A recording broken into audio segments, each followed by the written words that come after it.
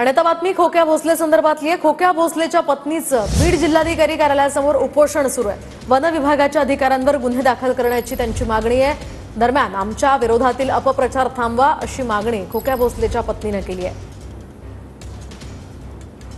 सतीश उर्फ खोक्या भोसलेच्या पत्नीने बीडच्या जिल्हाधिकारी कार्यालयासमोर उपोषण सुरू केले। त्यांच्या विविध मागण्या आहेत। आपल्यासोबत सतीश उर्फ खोक्या भोसले यांच्या पत्नी आहेत। मला सांगा, आपण उपोषणाला बसलात, मागण्या काय आहेत?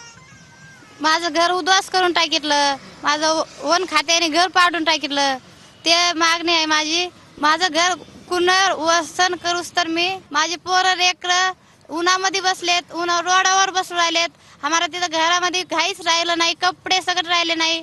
म्हणजे गावगुंडे कोणचे आहेत ते शोधून घ्यायला पाहिजे, एवढी मागणी आहे आमची। किती दिवस उपोषण चालणार आहे? तर म्हणजे तेपर्यंत न्याय भेटत नाही मला, तेपर्यंत उपोषण सुरू म्हणजे राहणारच आहे। कॅमेरा पर्सन आप्पासाहेब मोरकर सह ज्ञानेश्वर लोंढे, TVN मराठी।